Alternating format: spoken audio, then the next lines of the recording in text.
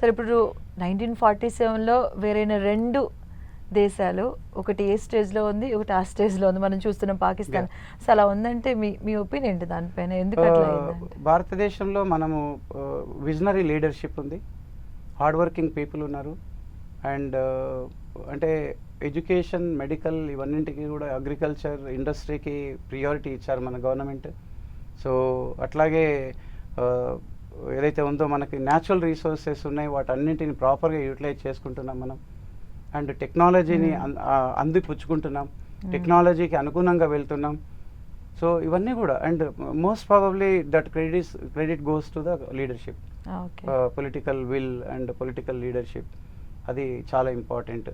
And అంటే ఏరియాస్ని identify చేయటం, ఎక్కడ మనం అంటే పూరెస్ట్ ఆఫ్ ద పూర్ని మనం పైకి ఎలా తీసుకురావాలి, మిడిల్ క్లాస్ని ఎలా ముందుకు తీసుకెళ్ళాలి, తర్వాత సెక్టార్స్, డిఫరెంట్ సెక్టార్స్ మీరు చూసినట్టయితే 5 year ప్లాన్స్ ఏదైతే ఉన్నాయో, తర్వాత ఇందిరా 5 year ప్లాన్స్, ఒక 5 years ఇండస్ట్రీకి పెడితే, ఇంకొక 5 years ప్రాజెక్ట్స్కి పెడితే, ఇరిగేషన్ ప్రాజెక్ట్స్, ఇంకొక 5 years ఇంకొక ఇట్లా ఆ విధంగా 5 years plans different infrastructure, roads.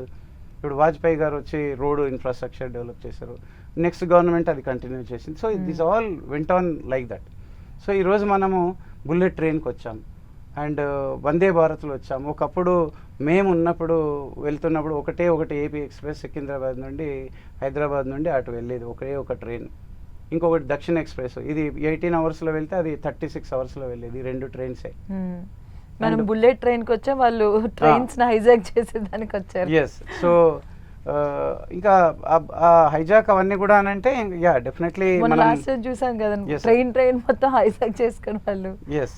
So ఇక్కడ ఏంటి అని అంటే మనకి ఏంటి అంటే ఏదైతే మన చుట్టూ బలూచిస్తాన్ వీళ్ళంతా ఉన్నారో వాళ్ళకి మనం సపోర్ట్ చేయాల్సినటువంటి అవసరం ఉంది. ఎందుకంటే వాళ్ళు they are freedom fighters asking for the country. So ఇప్పుడు కాదు, వాళ్ళు 1947లో అడగటం జరిగింది. మేము ఒకవేళ కంట్రీ అంటూ అయితే మేము ఇండియన్ సపోర్ట్తోనే ఇండియాలో ఉంటాం, లేదా ఇండియా సపోర్ట్తో కంట్రీ సపరేట్ కంట్రీ అవుతామని. సో అది డెఫినెట్లీ అది కూడా రేపు జరగబోయే పరిస్థితి. ఓకే. అండ్ మీరు చేసిన ఈ సర్వీసెస్ మొత్తంలో మీకు ఏదైనా హయ్యర్ ఎన్కౌంటర్ ఏదైనా ఎదురైందా? మీరు ఎలాంటి ఫేస్ చేశారు? సో బేసికల్లీ నేను బ్రాడ్గా చెప్తాను. నేను 1986 ఎన్రోల్ అయినప్పుడు 1988 రెజిమెంట్కి వెళ్ళాను. తవాంగ్, అరుణాచల్ ప్రదేశ్లో నా ఫస్ట్ పోస్టింగ్. అక్కడ నుంచి దేహరాదూన్ తర్వాత మళ్ళీ అంటే శ్రీనగర్. అంటే అప్పుడప్పుడే టెర్రరిజం ఫుల్గా ఉంది. అప్పుడు మేము కుప్వారా అవతల సోనాపిండి గల్లీ అని, అటు సైడ్ పాకిస్తాన్ హిల్, ఇటు సైడ్ ఇండియన్ హిల్ అనమాట. సో అక్కడ రోడ్స్, అక్కడ పైన పోస్ట్లకి ఫుడ్ వెళ్ళాలి, లేకపోతే ఇది వెళ్ళాలి, వెహికల్స్ వెళ్ళాలి అంటే రోడ్ వేయాలి. సో అక్కడ ఆ టాస్క్లో మేము ఉన్నాం అనమాట. సో ఆ విధంగా అప్పుడు రెజిమెంట్ శ్రీనగర్ ఎయిర్పోర్ట్లో ఉండేది, అండ్ మా యాక్టివిటీస్ ఏమో కుప్వారా అరౌండ్ 150 kilometers దూరంలో ఉండేది. సో ఇంకోటి ఏంటి అని అంటే ఇక్కడ సోల్జర్స్ ఎఫెక్టివ్గా ఫేస్ చేసే ప్రాబ్లం ఏంటి అంటే ఎనిమీ కంటే కూడా వాతావరణ పరిస్థితులు, అంబియంట్ కండిషన్స్ చాలా టఫ్గా ఉంటాయి.